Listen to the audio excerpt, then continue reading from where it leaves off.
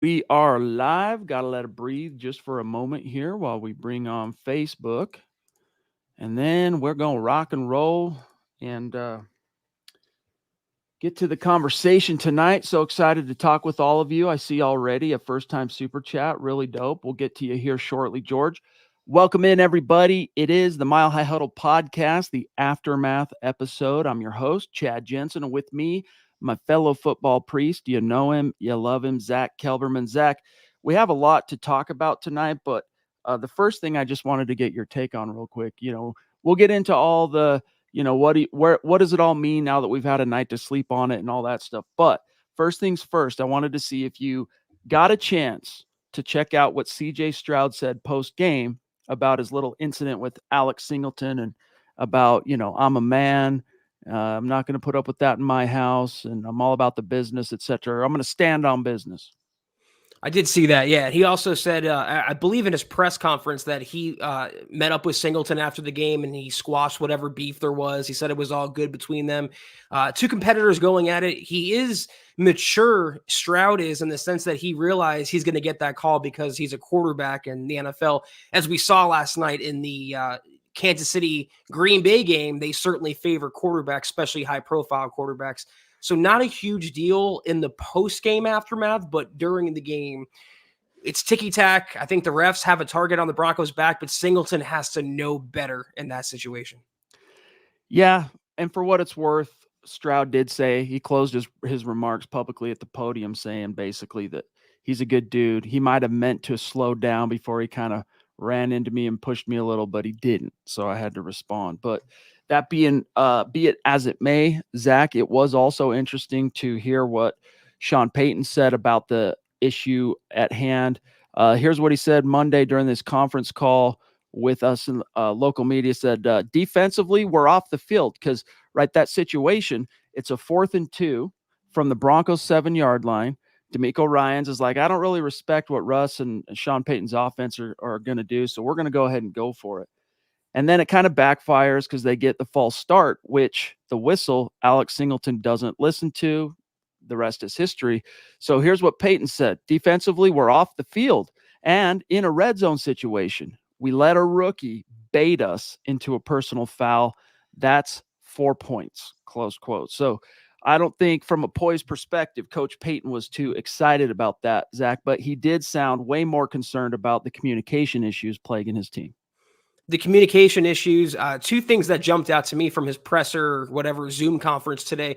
He talked about the protection or lack thereof that Russell Wilson had. And make no mistake about it, Russell Wilson was suboptimal against Houston. He missed too many throws. He missed too many open reads. But just like last year or even earlier this season, he was running for his life on like 90% of his dropbacks. And Sean Payton even said there's too much pressure coming from the right side. He didn't name any names, Chad, but I don't think he means Quinn Miners at right guard. I think he's talking about Mike McGlinchey. And if you watch the tape, Will Anderson, the Texans rookie pass rusher, completely dominated your $87.5 million right tackle. It was horrible film to watch.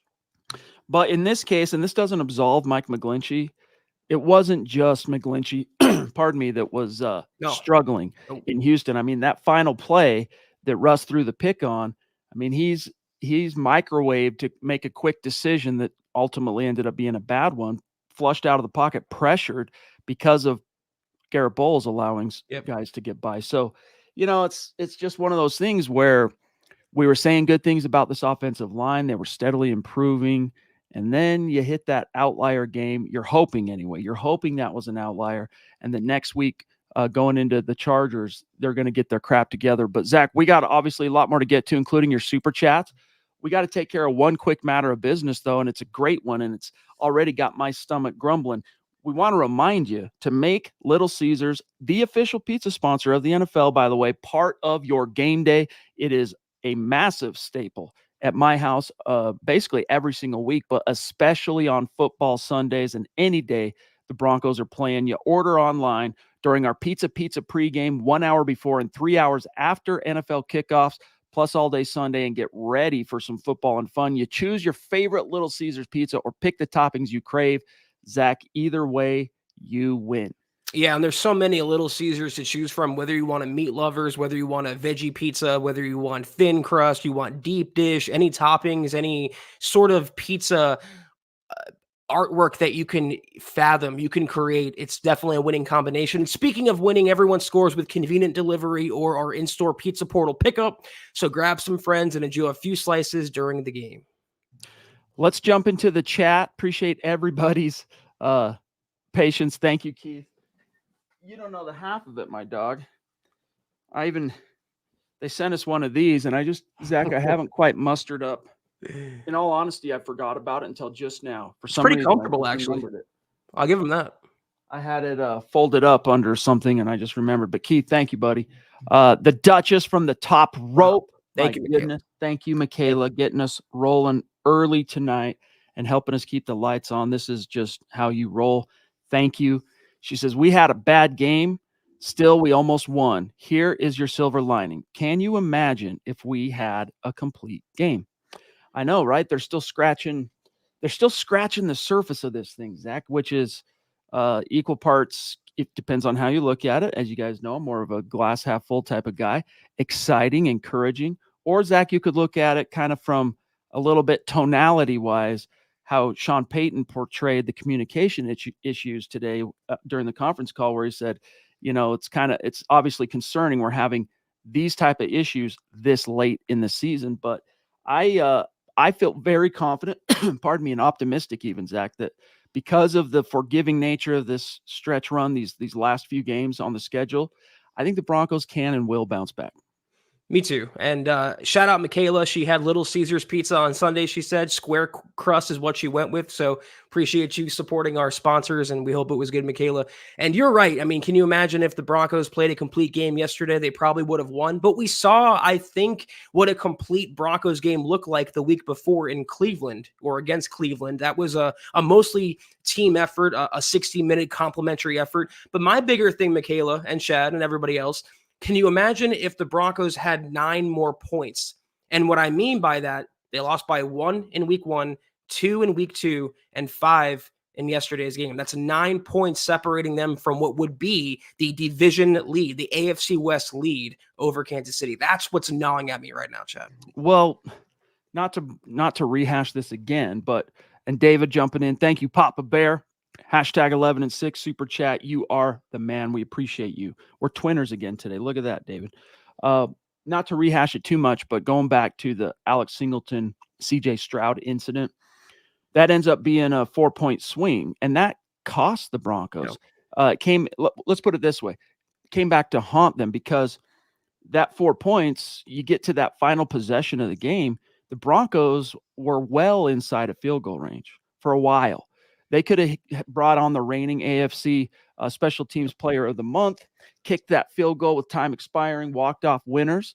And that's when we hear Sean Payton talk about it, and obviously we buy into this quite a lot. We've seen it, how thin the margins for error are in the NFL, especially at this point when there's true stakes. Not to say there aren't stakes, Zach, in a run-of-the-mill regular season game, but in a game like that one yesterday, where it's two teams basically neck and neck in the AFC playoff gauntlet, and it's a playoff-like atmosphere, that's one of those games where really there is no margin for error. Those errors are going to cost you, and it's going to be very difficult to overcome them, and that's how it came out in the wash. Very, very well said. Yeah, I pretty much have nothing more to add. It's just from a fan's point of view, from looking at it through your guys' eyes, through Broncos country eyes, it's one of those losses where I feel like, in my opinion, it's better to get blown out than lose like the Broncos did, coming within 5 points, coming within 10 yards. I'm under 10 yards of a game sealing win, your 6th victory in a row. Very, very tough outcome, though the season's not over. They're not as far away, the Broncos are, as some people make it out to be after yesterday's defeat. Agreed. And I do understand the emotion of the disappointment, everybody throwing everybody under the bus, which is, I understand the disappointment, but hopefully we're back. We got some measured, including us on camera here. The gut reaction's supposed to be emotional. It's supposed to be off the cuff. It's supposed to be a gut reaction. In the aftermath, we've had some time to sleep on it, work out our hormones, and be a little bit more measured, perhaps. George, this is, without a doubt, one of my, if not my favorite super chats that we ever get are those who jump in. I don't care if it's 99 cents, $1.99, whatever it might be, saying this is my first super chat, but I watch all the time, with a nice little hashtag prediction here of 9-8. So, George, just want to say thank you, big dog. Appreciate you. Don't be a stranger, and keep those comments and conversation. Help us keep that conversation going in the chat. Yeah, welcome, George. Appreciate you joining the huddle. So, if you have any sort of comments, questions, please feel free to just fire off a regular, chat. Doesn't have to be a super chat, and we will make sure we get to you. Sam Bam, my brother, thank you. It's very generous of you jumping in, saying, hey, guys, sorry it's been a while. No worries, dude. Tough loss yesterday, but it's nice to see the Broncos showing a lot of fight and having a chance to win. Hopefully they can bounce back against the Chargers and make a push for the playoffs. Go Broncos. That is another encouraging aspect of that game. It's been mentioned a couple times, Michaela's, to have some of these lapses, allow Houston's best players to shine. Like whatever plan the Broncos had to contain Houston's and limit Houston's best players, it didn't work, right? Nico Collins goes off. Tank Dell was having himself a day before he got injured. CJ Stroud had himself a day. Was it like next level? No. And they did a good job limiting him in the second half. But the first half, he was looking like Patrick Mahomes, all right? Then you allow Will Anderson to go off the chain and all that. You have the lapses with Alex Singleton. Russ's 3 interceptions against a quality opponent like the Texans. You're not going to survive it. But in most cases, Zach, you're not even going to have a chance to survive it when the chips are down at the very end. And yet the Broncos did. And it took one last final gaffe, shooting themselves in the foot, to actually lose that game. So that should be highly encouraging. The teams that find ways to win, Zach, and then I'm serving this back to you, ugly, right? Finding ways to triumph and prevail, even when, there are unique obstacles being thrown at you, whether you created them or not, is the mark of a good to great team. I think the Broncos are still on the margins of being a good team, not a great team yet, but it's encouraging. It is, and I'm not one for moral victories, but if this was played last season, the Broncos would have been blown out. It wouldn't have been close. They wouldn't have gotten that far down the field with a chance to win. So you definitely see the growth, but again, for me, it just falls so short of the Pat Bowlen standard that we're satisfied and content with the Broncos competing in a game they lost and rightfully or maybe should have won.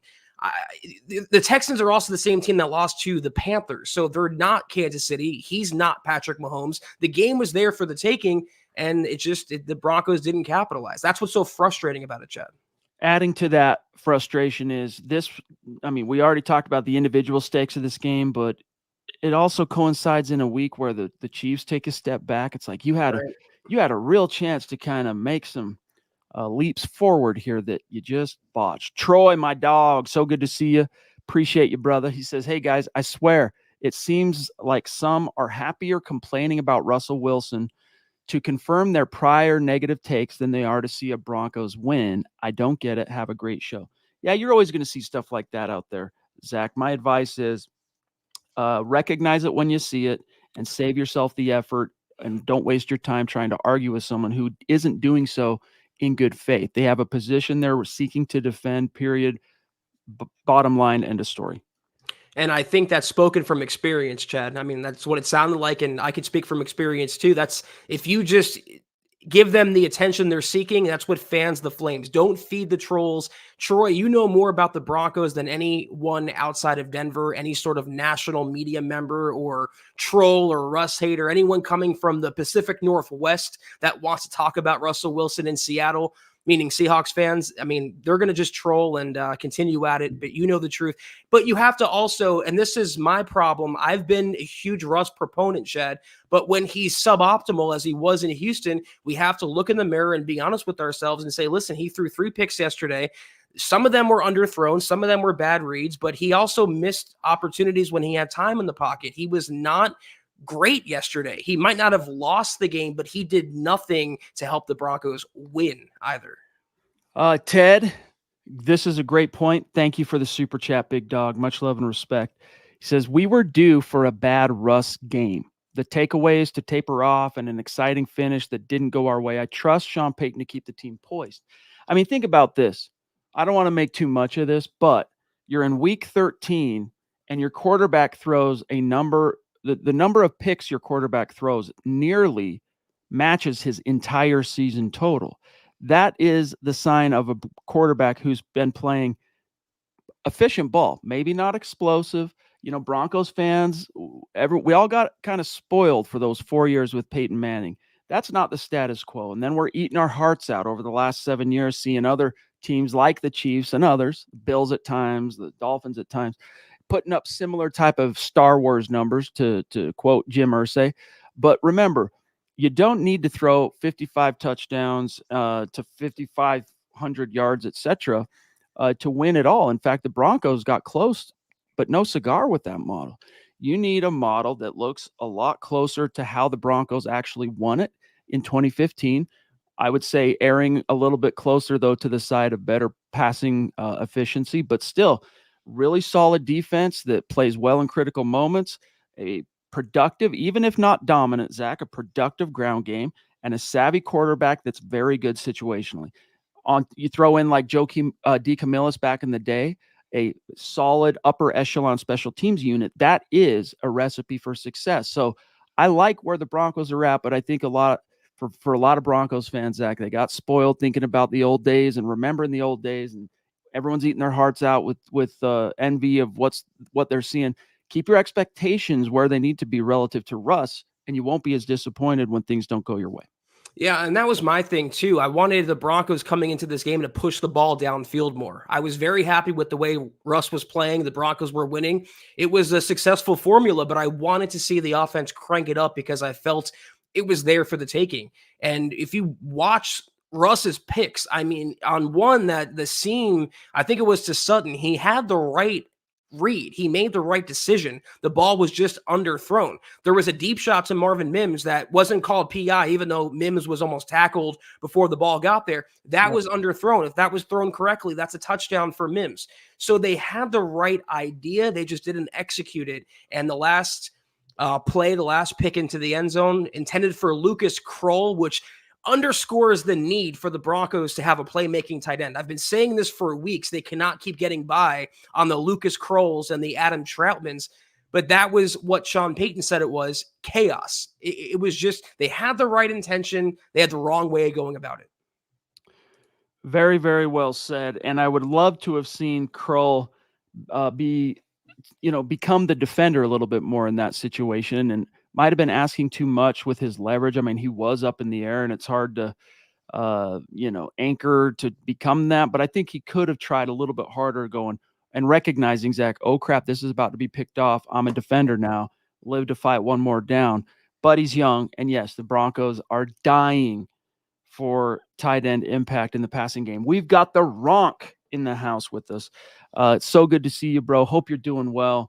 And appreciate everything you do for us, Mike. You are a prince, and we love having you here on the Aftermath episode, big dog.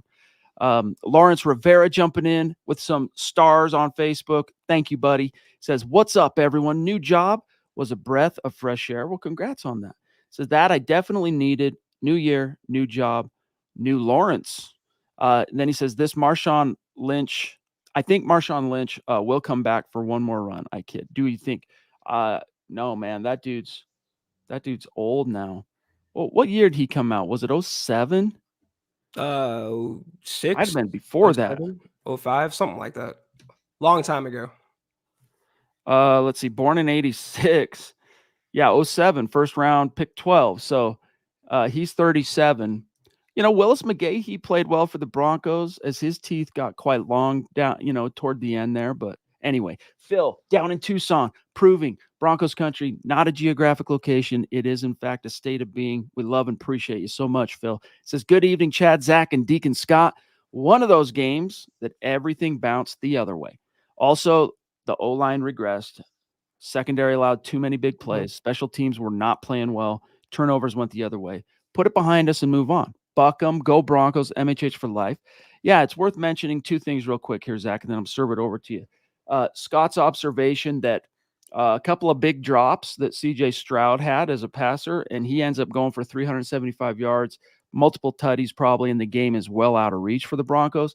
So, it does cut both ways, but Sean Payton also lamented today. The other thing here, Zach, some free rushers on their punt protections and stuff like that. Like, it was just one of those games where, so how do you explain it? This team, Zach, that has been very buttoned down, executing at a high level, again, not blowing the doors down statistically outside of the takeaway phenomenon, the 15 takeaways in 4 games, but playing just very poised and gathered football in critical moments. It made the difference. And then all of a sudden, all of those factors kind of evaporate.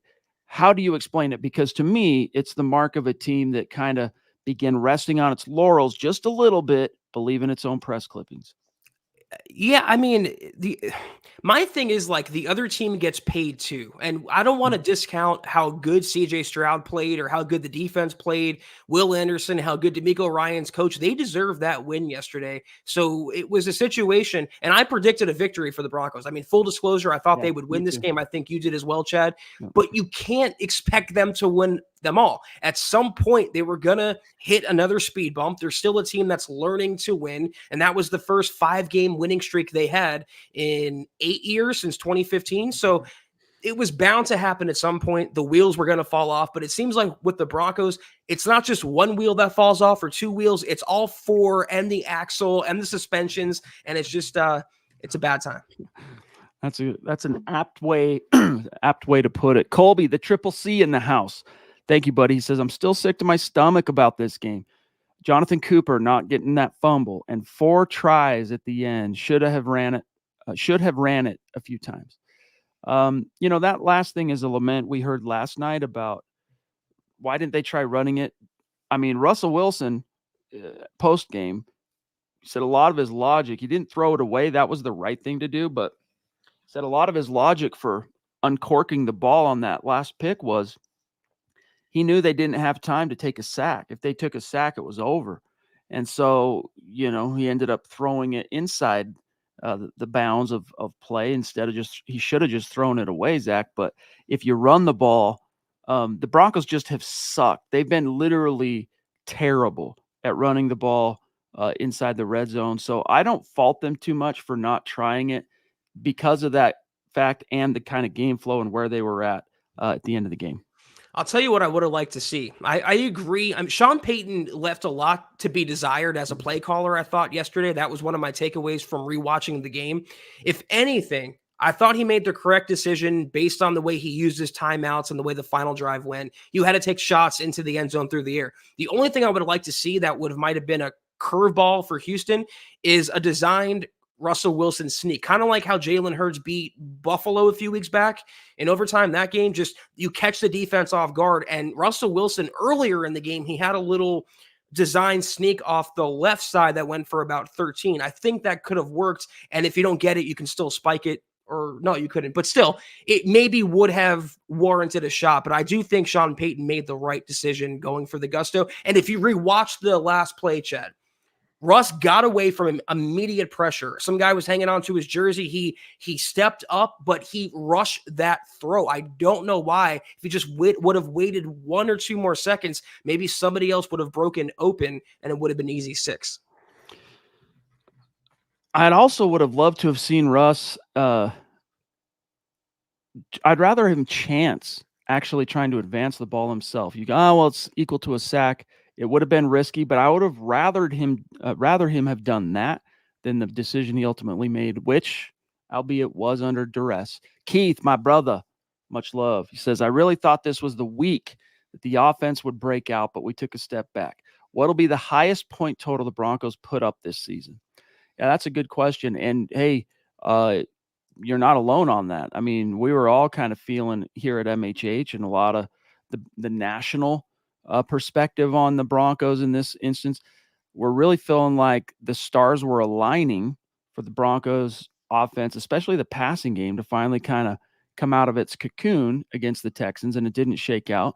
Zach, I'll let you answer this with the knowledge that the highest point total the Broncos have scored thus far was the 33 they scored against the Commanders in the week 2 loss, which was then the second highest was then week 4, the first win of the season. The Broncos scored 31. So if you want to give an answer to Keith. That's what I was going to say. I feel like the Broncos might have already scored the most points they're going to score in any game this year. If you look at the last 5 opponents, maybe Detroit, they have a chance to score, 38-40, maybe a 40 burger, because it could be a shootout and Detroit's defense is not playing well lately. But the Chargers, they just held New England to 0. I know it's not a big barometer holding that New England offense in check, but then they play New England, the Broncos do, and they held Herbert to 2 field goals in a 6-0 loss. So I think maybe Detroit, depending on how the game flow goes, they could have a chance to put up some points. But the way they're playing kind of ugly football, running the ball, defensive oriented, it might not be a case where they hit 30 again, but who really cares if they win? They got to get that communication thing figured out, though, because you saw how it cost them on the final possession, and especially the last play. Guys going like this. And I think that probably plays a role in my critique of Lucas Kroll as well, Zach, saying, hey, play a little bit more of a defender. When you started that snap going like this, like literally, if you watch the replay, they're going like, huh, what are we doing? Yeah. Sean Payton called it chaos. Obviously a communication issue there. Also on defense, dude's running free, wide open, clear communication issues. You got to tamp that down now, get to the bottom of that. Miguel, bro, love you. He says, what's up, fellas? Denver may have been riding a little too high on that win streak. Go back out and prove that was a fluke game. Agreed, my friend. I just think that, it's really hard, Zach, to guard against complacency when you have that sustained a period of success. And no coach has really ever been able to fully successfully guard against it, unless you want to count, the 72 Dolphins going fully undefeated back when the season wasn't as long. Or you could even say, the Patriots that year, they went 18-1, etc. 18-1. It is something that you got to guard against as a coaching staff, but you also have to recognize too, Zach, that at a certain point, something's going to give. The other side gets paid too, and this was just one of those games. Yeah, and it's not like it was the Christmas game against the Rams last year where the Broncos just had no effort, no fight, and it looked like they never got off the bus to go into the stadium. They competed, and they competed pretty hard. And again, if this was Hackett's Broncos or maybe Fangio's Broncos, it wouldn't have been such a close final result, and maybe it would have got blown out. It would have been uglier. But that's my thing as well. I can't take much solace in a loss because the Broncos arguably should have won this game without the turnovers, and they had the chance on the final drive. If it wasn't chaos on that final play, the Broncos put themselves in a position to win, but now they got to shake it off. And like you were talking about yesterday, Chad, we'll find out more about Denver this week than we would if they would have won another game, because adversity is what molds a team together or tears one apart. And I don't think Sean Payton will let it tear them apart. Amen to that. That was very, very well said. And I just realized I got to fix a little something there in my background. The book margin is like looking like it's, the HBO intro when you turn on Sopranos. It's like, see that? Miguel, you're a prince. Appreciate you, my friend. Okay, want to grab this from the Duchess with a second super chat. Love you. She says, Singleton was like me with 2 Doppio Espressos. I don't know what that word is. I'm not much of a Java nerd. I do drink a cup of coffee in the morning, but Paging Patrick Wiltie. He's a little too jacked up, right? A little too excited, a little too Jolt 45, so to speak. Yeah, I mean, that's like me with like Cuban coffee or cappuccino. I totally understand you, Michaela. And, you want that type of player on your defense. You need that spark plug. You need that enforcer. And I'm happy that Singleton has like grown and embraced that role. But if the referees are constantly looking your way, you got to just keep your head in that moment. Even if you're baited, you got to look the other way and walk away. There's also one topic or comment she brought up about, did anyone think we would make the playoffs in year one? And when before the actual season started, Zach, I was optimistic that this would be at least a competitively relevant team right now. And although it sure didn't unfold the way I kind of expected it to, turns out that they are. We talked a lot about us feeling optimistic, Zach, about the Broncos making the playoffs before the season started. And then this thing opened 1-5. And I will tell you right now, I'll remind you that I said, hey, I'm off the Russ train after that week 5 loss, the humiliation of Hackett getting his revenge and just how bad Russ looked in that particular game. I was like, look, I'm kind of off the bus on saying Russ is the once and future king, meaning like he's not the guy necessarily going to take us to the promised land now. And I just don't think he's going to be the guy in the future. But things change. This team evolved, went on an amazing run and put itself back plus 500. Insane. Still at 500 now at 6-6. So the long-winded way of saying, Zach, that after that 1-5 start, I did not foresee any possibility whatsoever of this team making the playoffs. But then you won that possibility back, and it's hard to let go of it now, Zach.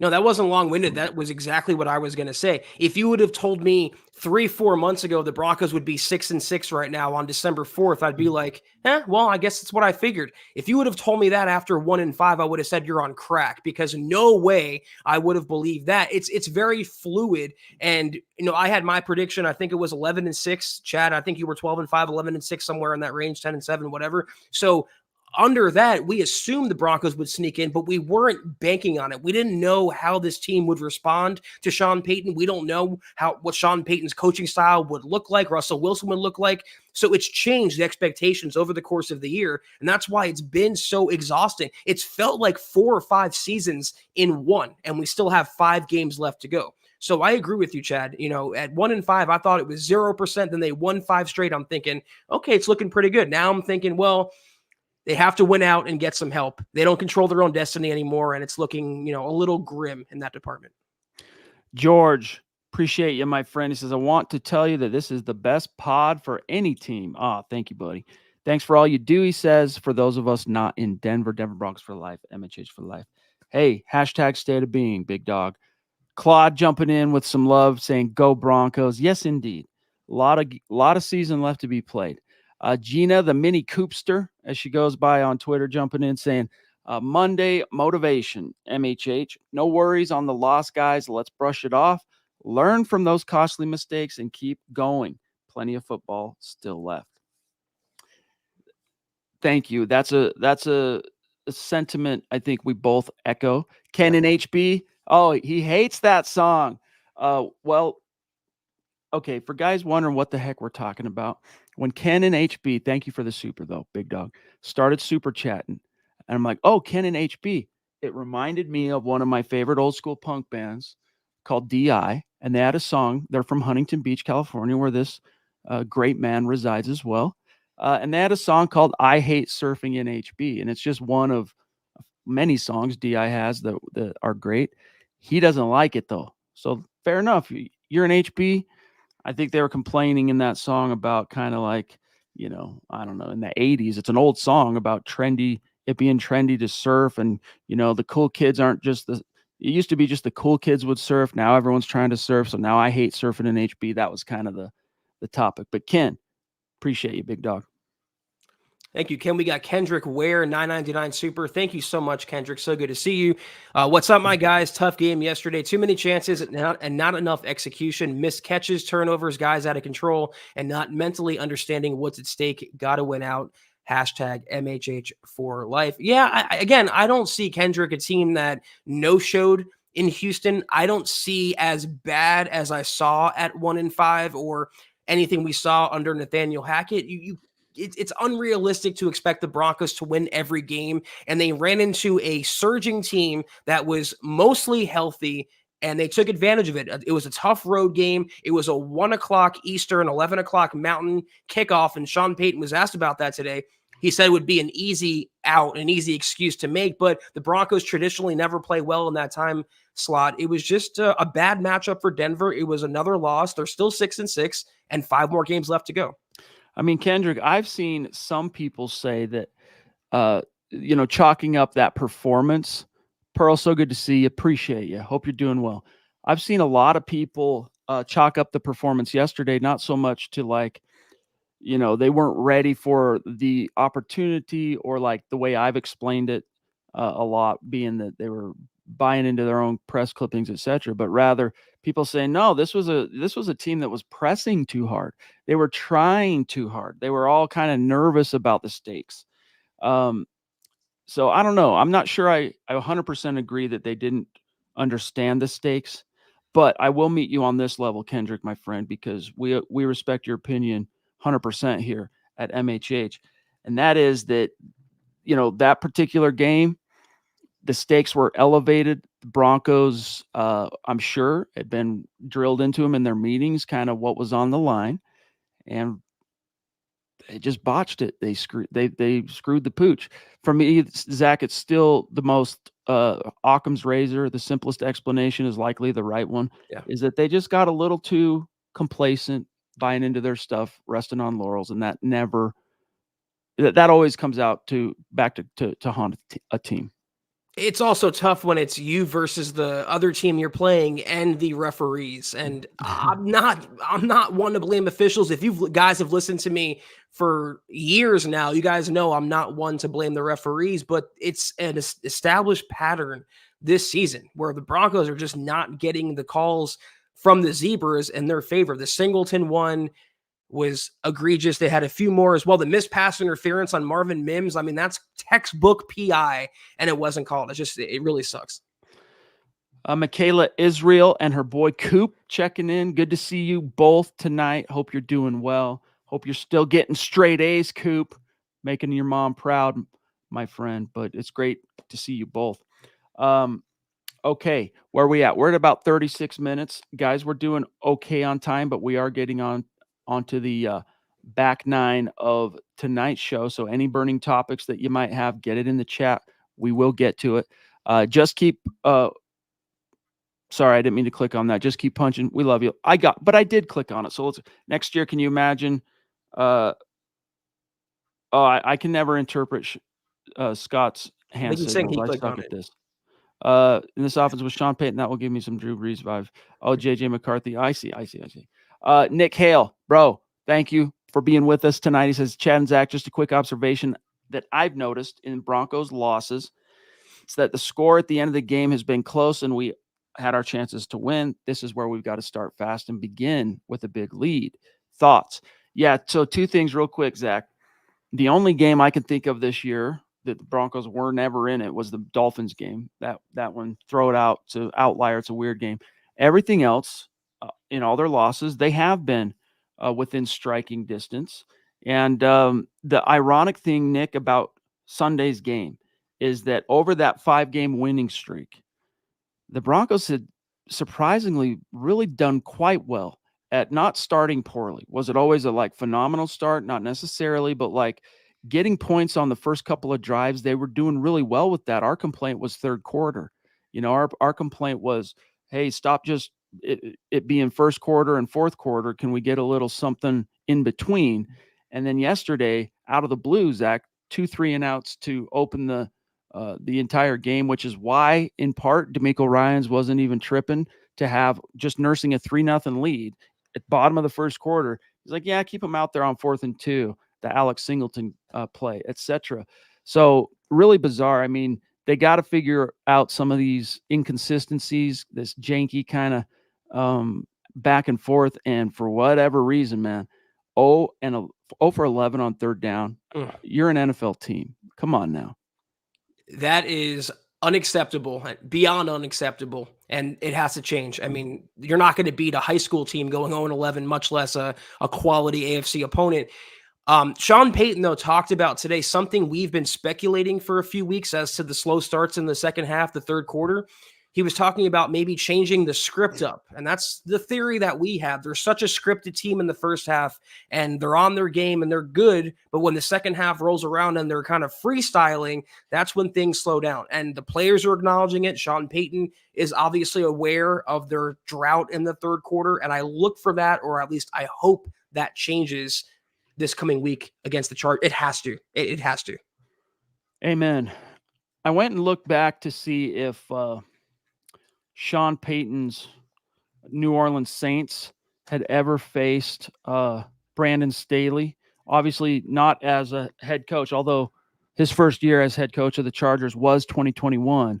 but the Saints didn't play him. And then he had 1 year as a coordinator in 2020 for the Rams.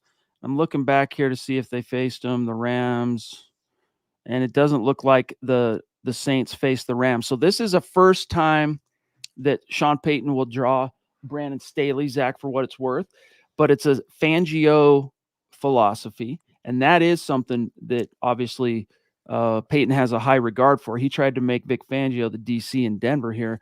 I think he'll have some plans for it. Michaela jumping in again. Zach, you're right. He looks like me every week. We play 2 opponents. Zach, you're right. He looks like me every week. We play 2 opponents, the team we face and the Zebras. Yes, indeed. Well said. Sorry, I had to read that one twice, Duchess. But Zach, it's again, I'm not going to get bogged too much down into the referee talk. The Broncos have to be better and not turn the football over and put themselves in a position where the referees don't matter. I mean, that's the ideal. But the thing with the Chargers, all they got to really do is let the Chargers charger. And that's what Brandon Staley does best. He implodes. He loses games he should win. If the Broncos can keep it close in the fourth quarter, I have confidence they will come away with a much, much needed W. A couple of interesting comments here as we kind of start winding it down. Love this from Lawrence Rivera. Did you hear Zach Wilson doesn't want to start for Nathaniel Hackett? Zach, you should clue everybody into the conversation that you and Scott were having when I hopped into the green room before we went live, because there might be a lot of Broncos fans that aren't aware of that Florio thing and the Rosenblatt tweet that we can get to. Well, basically, Mike Florio of PFT, never the biggest Broncos or Sean Payton sympathizer. He had a column today pretty much talking about how maybe what Sean Payton said about Nathaniel Hackett all those months ago before the season was actually correct, and he's a pretty crappy offensive coach. And then Scott showed me a tweet before we went live tonight from Zach Rosenblatt, who covers the Jets. The tweet says, True Media's database goes back to 2000, so it's out of 766 teams. And the Jets in 2023 have the worst offensive EPA per play of all of those teams. How does that tie into Zach Wilson? Well, the Jets were forced to play Broncos legend Trevor Siemian in their most recent game. They tried Tim Boyle, they tried Zach Wilson, and nothing is really changing. They want to go back to Zach Wilson, and the report that came out said Zach Wilson was reluctant to step back in to a starting role. I don't know how much I believe that. I don't cover the Jets, Chad, so I'm not that intimately familiar with the scuttlebutt.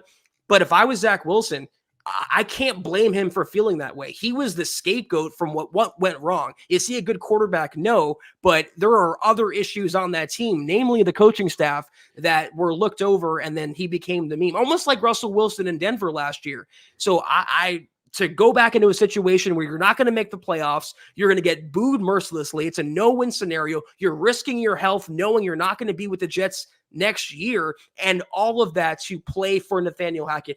I'd be reluctant too, just saying. So real quick, the Rosenblatt tweet, to just recap what Zach said, True Media's database goes back to 2000. There are 766 teams, and the Jets have the worst offensive EPA per play of all of them.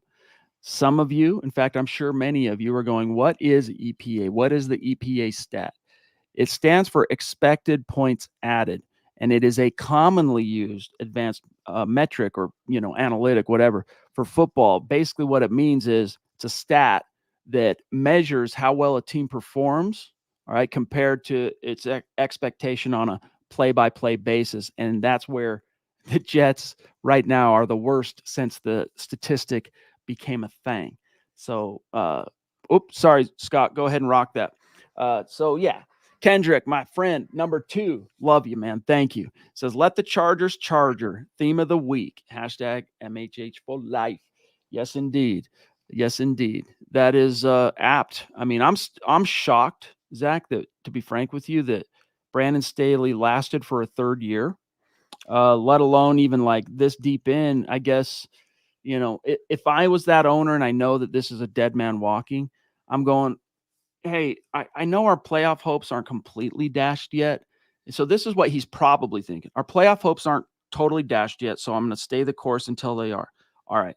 But the 4D chess way of viewing that is hey, I'm going to pull the plug now, hoping that that'll be a little bit of a momentum thing, because I know this guy's not lasting beyond this season. Look what similar things have done for other decisions like this have done for other teams, specifically in our own division of late, the last few years relative to the Raiders. Yeah, Rich Bisaccia. That's the point I was going to make. And maybe, I think it's too late now. Staley will be coaching Sunday's game. But again, Kendrick, it's true. That's been the theme with a Brandon Staley coach. There's all the talent in the world in Los Angeles. And that's been even going back to the Marty Schottenheimer, Phillip Rivers days. They've had all the talent. They could just never execute. And I think they have a tad bit overrated of a quarterback there in Los Angeles, Chad. That's just my opinion, though. I'm being mum on that topic because I was the guy that was like not really into Herbert as a prospect coming out. I thought his draft stock was a little inflated. And then, he's had a couple of different runs since he's been a pro where I'm like, nah, dude, this guy's the truth. I'm going to keep my mouth closed on that front. And I'll echo Scott in saying, things aren't looking so good for the OC there moving forward as far as his outlook and in the NFL. But Patrick, I want to bring this back to the Broncos. Patrick, appreciate you, my friend. He says, Russ just needs to throw to Judy on some plays without going through his progressions and trust he will get open. Yeah, we haven't seen a lot of, I don't want to use an absolute and say any of, but we haven't seen a lot, Zach, of Russ throwing into the future per se, where like you used to see this obviously quite a lot with Peyton Manning. It was standard operating procedure where, he'd hit that back foot, and whether it was his first read, second read, third read, he wasn't really seeing it per se. I mean, he would know more often than not if it wasn't there, but he's thrown into the future based on his trust in his receiver, winning his matchup, his belief in what the defense is that he saw pre-snap and studied on film. And based on the timing that they had practiced so much on those plays, you don't really see that much of it from Russ. We have seen it, like, for example, that throw he made consecutive, right? The first one gets picked off over the middle to Sutton, and then he does it again on the next possession, and it's a beautifully thrown ball. If he would just trust situations a little bit more, especially with Judy, I think Patrick's right on this. He's being ignored too much in this game plan. Obviously, the bromance is back and alive, between Russ and Sutton. That was kind of a force-fed thing that felt a little artificial last season, and it ended up dying on the vine, and Judy became the guy. But then all of a sudden, it's back with a vengeance this season, and it's worked really well for the Broncos. But Judy's been basically forgotten in the progressions. So I echo you on this, Patrick. I think you hit the nail on the head, though. You said that Russ trusts Sutton. I don't think he trusts Judy, because even if Judy got open, can you trust him to actually catch the ball? I mean, that's been his biggest bugaboo. At least with Courtland Sutton, he has been dominating the catch point this year, including the spectacular long touchdown grab he had in yesterday's game. I don't think Judy offers the same safety blanket or assurance if you're a quarterback like Russell Wilson. And it seemed like the Sean Payton offense, when they simplified it, they really cut it in half. It became a 2-read system, a 2-read per play kind of playbook. And if that first read is taken away, that first read is usually Courtland Sutton. If that second read is taken away, he doesn't look to Judy's side too often. Though there's a video circulating on social media of Judy who got wide open. Russ didn't even look at him, and he is going insane, and his body language is not great. Yeah, very reminiscent of KJ against the Falcons last year. Yes, sir. Patrick saying, aloha, Priest and Scott. The playoffs look distant. Much more fun to watch this year, though. I guess that's the silver lining. Buck 'em all. That's right. We'll make a Broncos Metallica cover record, and we'll call it Buck 'em all. All right, we got one more super chat, guys, and then we're about out of here. A very generous one from the Lady D, as she is known around these parts. Love you, Deanna. Thank you so much. She says, we will win next week. I believe in our team. Go Broncos, MHH for life. Deanna, you're awesome. Thank you, Deanna. If there's one, thing to rest our hopes on, if the Broncos have not been good in the division in the last 5 years, whatever. If there's one team they've consistently at least split with, it has been Los Angeles. And they know now there's no margin for error. They pretty much have to win out their AFC games. They can maybe lose the Detroit game, but you got to go flawless in your AFC matchups. It starts Sunday at LA. I do think Deanna, they will rebound. Scott, thank you. My subconscious still, like, I think Matt Ryan and I think Falcons. It was the Colts, the KJ thing. I just want to grab this one comment from Jeremy, and then we'll dip on out of here. Appreciate you, Jeremy, my friend. He says, we need to stop with the all or nothing mentality when it comes to the playoffs.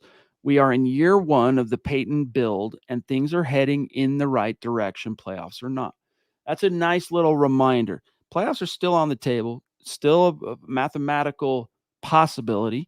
Would have been closer to maybe a probability if they win that game yesterday, but it's still mathematically a possibility, hovering somewhere, Zach, last I checked, around like 20%. That's a chance I think almost any team will take that started 1-5 entering week 14.